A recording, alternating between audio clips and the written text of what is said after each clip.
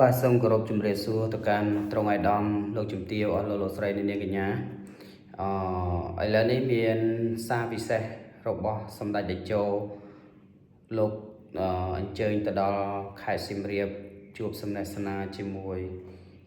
បងប្អូនប្រជាពលរដ្ឋនិងភូមិឃុំសង្កាត់យើងស្ដាប់អនុសាសន៍ដ៏ថ្លៃថ្លារបស់សម្ដេចទាំងអស់គ្នាបាទសូមអរគុណខ្ញុំចង់ផ្ញើសារទៅកាន់អ្នកសារព័ត៌មានថៃហេតុអ្វីបានជាអ្នកសារព័ត៌មានថៃផ្សព្វផ្សាយនៅអ្វីដែលជាការមិនពិតហើយការមិនពិតនេះអាសូរតែការមិនពិតទៅវាមានคลิปវីដេអូទាំងស្រុងទៅទៀតហើយវាបង្កើតទៅជាការផន់ច្រឡំរបស់នាយករដ្ឋមន្ត្រីអនុជិញតាំងពីនៅហាណូយនៅត្រង់ថាលោកហ៊ុនសែនត្រៀមនឹងគេហៅថានិយាយតាមបែបទៅថានឹងទៅដើមយកដីនឹងត្រឡប់មកវិញទាំងមធ្យោបាយសន្តិវិធីនិងមធ្យោបាយយោធាវាទៅជាអញ្ចឹងទៅបាត់ទៅហើយទៅជាអញ្ចឹងយើងសូម5ផ្ញើទៅអ្នកកសែតថៃទាំងឡាយមើលឲ្យច្បាស់នេះបង្កើតនៅការផន់ច្រឡំដ៏ធំមួយដែលមិនត្រូវគួរឲ្យកើតមានតាមរយៈអ្នកសារព័ត៌មានទេម្សិលមិញខ្ញុំបានលើកឡើងពិតប្រាកដអំពីបញ្ហារវាងម្ខាងដំណោះស្រាយយោធានិងម្ខាងទៀតដំណោះស្រាយសន្តិវិធីខ្ញុំសួរទាំងប្រជាពលរដ្ឋថាតើចង់ដោះស្រាយដោយដំណោះស្រាយយោធាទេព្រោះជំរឿរបស់យើងវាមានតែពីរទេឬមួយយើងត្រូវតែដើមដីរបស់យើងមកវិញដោយប្រើកម្លាំងយោធាឬមួយយើងត្រូវតែដើមដីរបស់យើងមកវិញតាមមធ្យោបាយសន្តិវិធីប្រជាពលរដ្ឋរបស់យើងបានលើកដៃគ្រប់គ្នាគឺមិនចង់បានយោធាទេកាលពីមុននាយករដ្ឋមន្ត្រីក៏ដូចជាគ្រប់តួអង្គពាក់ព័ន្ធទាំងអស់តែងតែនិយាយថាការដោះស្រាយដោយសន្តិវិធីលើកនេះខ្ញុំបានបញ្យល់ច្បាស់ទៅកាន់ប្រជាពលរដ្ឋដើម្បីឲ្យយល់អំពីផលវិបាកនៃការប្រើប្រាស់កម្លាំងយោធាខ្ញុំបានបញ្យល់ហើយខ្ញុំគិតថានេះគ្រាន់តែជាការបញ្យល់បន្ថែមទេអ្វីដែលសំខាន់សូមឲ្យអ្នកសារព័ត៌មានថៃបើកមើលវីដេអូនោះឡើងវិញហើយមើលចែកវាច្បាស់ខ្ញុំបាននិយាយថាបើសិនជាប្រើប្រាស់ដំណោះស្រាយយោធាឧទាហរណ៍តែយើងត្រូវវាយកាន់កាប់ត្រឡប់មកវិញនឹងទឹកដីនោះក្របទី1គឺជាបរាជ័យរបស់កម្ពុជាលើកិច្ចការនយោបាយនិងការទូតអានឹងជាក្របទី1ដែលចេញព្រោះស្អីយើងជាអ្នកបំពេញបទចម្បាញ់ហើយយើងបំផ្លាញទាំងអស់នៅអ្វីដែលហៅថាជំនឿទុកចិត្តពីអន្តរជាតិមកចំពោះយើងក្នុងពេលនេះអន្តរជាតិគ្មានអ្នកណាជឿថាកម្ពុជាទៅឈ្លានពានថៃទេអានឹងនិយាយពិតណាវាគ្មានអាតូចណាទៅវាយអាធំដួលទេកុំឆ្ងល់ហើយថៃខ្លួនឯងក៏ធ្លាប់បានប្រកាសដែរកងទ័ពជើងគោកថៃប្រកាសច្បាស់ណាស់ថាដោយសារកម្ពុជានេះទៅនៅលើដីថៃ30ឆ្នាំ40ឆ្នាំហើយដូច្នេះបានជាថៃត្រូវប្រើប្រាស់កម្លាំងដើម្បីយកត្រឡប់ទៅវិញអាហ្នឹងមានន័យថាម៉េចមានន័យថាការផ្ទុះអាវុធនៅខែកក្កដាឆ្នាំ2025ពេលនោះមិនចំណោទសួរថាអ្នកណាផ្ទុះអាវុធមុនអញ្ចឹងទេមានតែអ្នកវាយដដើមគេទេបានផ្ទុះអាវុធមុនករណីដូចគ្នានេះខ្ញុំចង់និយាយថាបើសិនជាយើងចង់វាយដដើមទៅវិញយើងជាអ្នកផ្ទុះអាវុធមុនដូច្នេះយើងជាអ្នកខុសអានឹងលទ្ធផលខាងផ្នែកនយោបាយដល់លទ្ធផលខាងផ្នែកយោធាយើងអាចទេទុកមុនបានហើយថាកងទ័ពរបស់យើងនឹងត្រូវស្លាប់ tớiរបួសប្រជាជនស្លាប់និងរបួសនឹងត្រូវជំរាបប្រជាជនច្រើនទៀត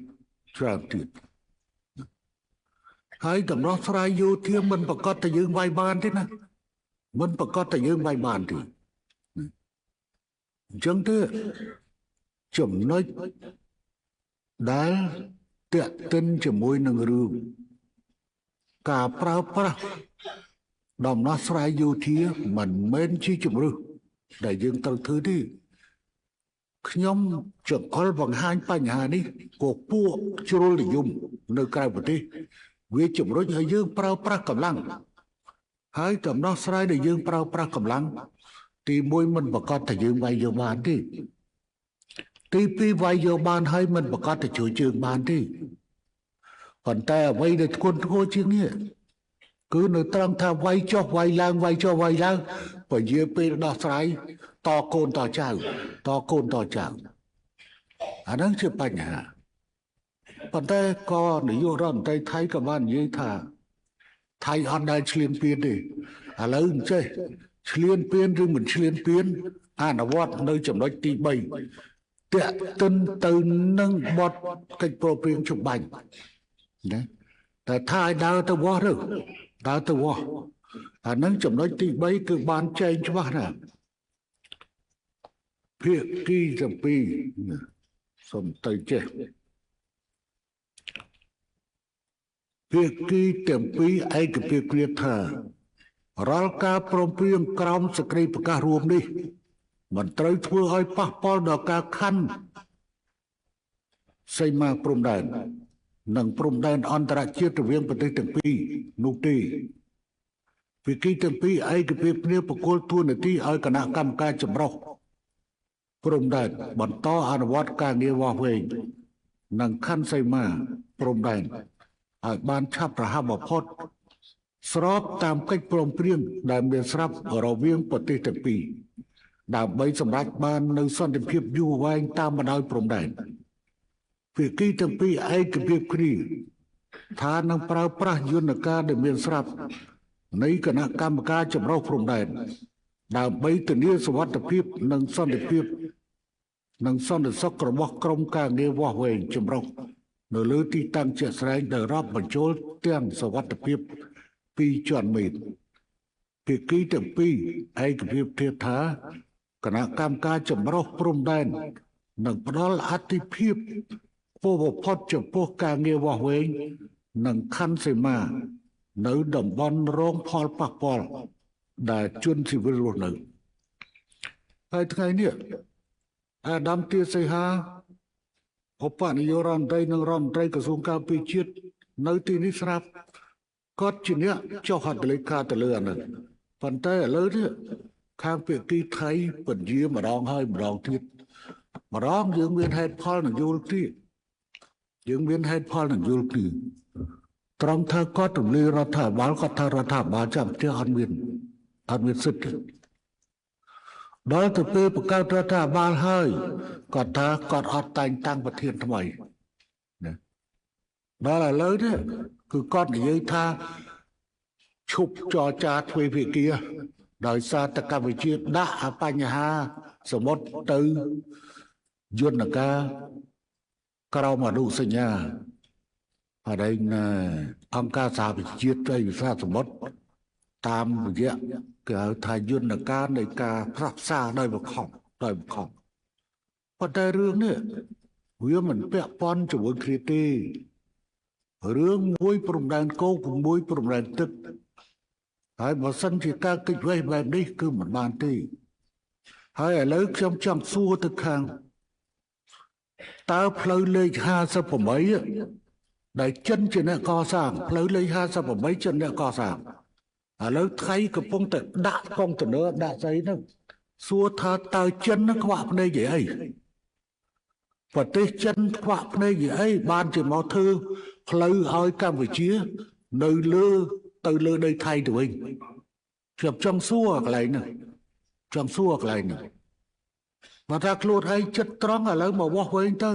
ព្រោះអាហ្នឹងគឺយើងបានកំណត់ជាមួយគ្នា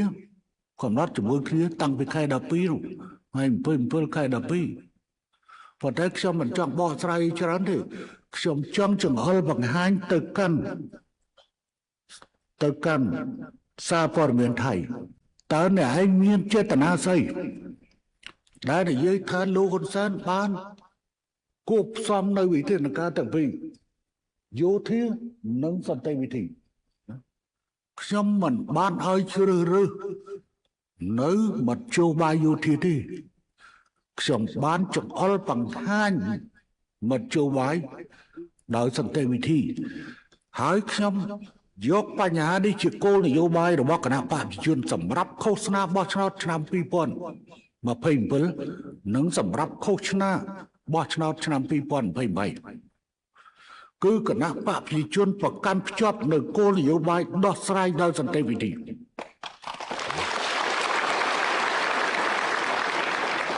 អញ្ចឹងសូមឲ្យបកប្រឆាំងដាក់ចេញមកសល់តែមួយទេគោលនយោបាយរបស់ឯងគឺវាយគ្នាព្រោះបើឯងនិយាយតាមខ្ញុំតដែលអញ្ចឹងមានន័យថាពួកអ្នកឯងដើរតាមគណៈបព្វជិជនតដែលអញ្ចឹងរឿងអីអ្នកឯងមកតិចទៀនខ្ញុំណាអញ្ចឹងសូមឲ្យខ្ញុំដើរជាធម្មតាខ្ញុំមិនបិទក្រោលសេះនៅពេលដែលសេះចេញផុតពីក្រោលទេនិយាយត្រង់ហើយសូមប្រាំទៅគណៈបកនយោបាយនានាណាជាពិសេសគណៈបកប្រឆាំងដែលនិយមជ្រុយឲ្យរដ្ឋាភិបាលបើកការវាយប្រហារដើម្បីដណ្ដើមយកមកវិញនៅទឹកដីដែលថៃកំពុងគ្រប់គ្រងដោយខុសច្បាប់នោះព្រោះយើងអត់ទទួលស្គាល់នៅព្រំដែនការកែប្រែព្រំដែនតាមរយៈការប្រើប្រាស់កម្លាំងទេយើងអត់ធ្មត់អញ្ចឹងបានយើងដាក់ភូមិរងចាំនេះមានន័យថាយើងមិនមែនមកនៅនេះមួយជីវិតទេរងចាំផ្ទះសម្បែងរបស់យើងដីធ្លីរបស់យើងត្រូវបានត្រឡប់មកវិញដោយមធ្យោបាយសន្តិវិធីមិនមែនត្រឡប់មកវិញដោយមធ្យោបាយយោធាទេមធ្យោបាយយោធាអាចអូសបន្លាយតចំនួនមនុស្សប៉ុន្តែមធ្យោបាយសន្តិវិធីទេដែលអាចដោះស្រាយទៅមានជ័យភាពណាហើយដែលអាចទៅជាប្លង់រឹងសម្រាប់រយៈពេលវែងតពូជតពងតចំណោះអញ្ចឹងទេខ្ញុំសូមអំពាវនាវហើយក្បាលម៉ាស៊ីនថៃកែតម្រូវទៅលើព័ត៌មានដែលខ្លួនចុះផ្សាយយកពាក្យពេចន៍ខ្ញុំទៅនិយាយច្បាស់ហើយខ្ញុំសង្ឃឹមថាអ្នកនយោបាយថៃមិនល្ងងដល់ថ្នាក់ជឿនៅព័ត៌មានភូតកុហកដែលអ្នកសារព័ត៌មានថៃបង្កើតឡើងទេអ្នកខាងសារព័ត៌មានថៃប្រទេសថៃក៏មានអ្នកចេះខ្មែរដែរអញ្ចឹងឲ្យគេបកប្រែទៅតើមានសម្ដីណាមួយដែលខ្ញុំនិយាយថាប្រើទាំងមធ្យោបាយសន្តិវិធីនិងប្រើទាំងកម្លាំងប្រអាវុធខ្ញុំអត់និយាយបាត់ទេផ្ទុយទៅវិញខ្ញុំប្រឆាំងជាមួយនឹងការប្រើប្រាស់កម្លាំងដើម្បីវាយកាន់កាប់ត្រឡប់មកវិញហើយខ្ញុំទុកឲ្យបកប្រឆាំងនៅកម្ពុជាដាក់ចេញនូវគោលនយោបាយប្រកួតប្រជែងគោលនយោបាយអំពីបញ្ហាដំណោះស្រាយព្រំដែនរវាងកម្ពុជានិងថៃជាងទេសូម5ប៉ុណ្ណឹងទៅចុះតែសូមឲ្យយកចិត្តទុកដាក់អារឿងសារព័ត៌មានហើយឥឡូវនេះទាំងភាគីកម្ពុជាទាំងភាគីថៃវល់ជាមួយនឹងព័ត៌មានคล้ายជួនកាលកម្ពុជាយើងទទួលព័ត៌មានខុសអំពីគេបញ្ចេញព័ត៌មានคล้ายជួនកាលខាងថៃយល់ខុសអំពីការដែលគេបញ្ចេញព័ត៌មានคล้ายដូច្នេះព័ត៌មាននេះគួរតែត្រូវស្វែងរកនៅព័ត៌មានពិតមួយដើម្បីបង្កើតនៅទំនុកចិត្តហើយជៀសវាងការភ័ន្តច្រឡំគឺវិគ្រោះថ្នាក់ចឹងទេខ្ញុំបានថាបើកឆាកឡើងគឺអនុញ្ញាតឲ្យការយកទៅផ្សាយហើយខ្ញុំក៏សូមបញ្ជាក់ថាមកសិលខ្ញុំនៅអីទៅប្រទេសមានជ័យថ្ងៃនេះខ្ញុំមកសៀមរាប Sai từ na tiết à nâng trong mình prap tê à lấy trong sông và chóp sông hỏi tu rồi tu chiết dốcបញ្ហាហ្នឹងប្រចាំបញ្ចូលទៅទីក្រុងភ្នំពេញឡាយផ្ទាល់គ្រប់ទូទស្សន៍ឡើងវិញបញ្ជូនសារទៅកាន់ទីក្រុងបាងកកដើម្បីកែតម្រូវទៅលើបញ្ហាព័ត៌មាននៃការផ្សាយខុសយើងផ្សាយខុសខ្ញុំមិនបាននិយាយទាក់ទិនជាមួយនឹងបញ្ហាប្រើប្រាស់កម្លាំងដើម្បីយកទឹកដីរបស់យើងត្រឡប់មកវិញទេហើយឥឡូវនេះកុំនិយាយរឿងបញ្ហាទាក់ទិនជាមួយនឹងបញ្ហាដែលណែឯងនិយាយរឿងព្រំដែននៅណាណែឯងមិនតាន់បានវាស់វែងផងក្នុងកិច្ចព្រមព្រៀងនិយាយពីវាស់វែងនិយាយពីវាស់វែងឥឡូវមិនតាន់បានវាស់វែងណែឯងទៅបោះបកគោលនៅតាណាអីតាណាប្រទេសទាំងពីរវាតល់តែទទួលស្គាល់ទាំងសងខាងទៅអាចទៅបោះបកគោលបានអារឹងដូនតាយើងទុកឲ្យជាង100ឆ្នាំមើលណាមិនមែនគ្រាន់តែដូនតាខាងប្រាំងខាងនេះទេតំណាងឲ្យឡាវតំណាងឲ្យខ្មែរទេដូនតារបស់ខាងបរិជាណាចក្រថៃគឺព្រះមហាក្សត្រថៃនៅពេលនោះតែបានយល់ព្រមចុះហត្ថលេខាលើកិច្ចព្រមព្រៀងបារាំងសៀម1904និងកិច្ចនិងអនុសញ្ញាសន្ធិសញ្ញាបារាំងសៀមអនុសញ្ញាបារាំងសៀម1904និងសន្ធិសញ្ញាបារាំងសៀម1907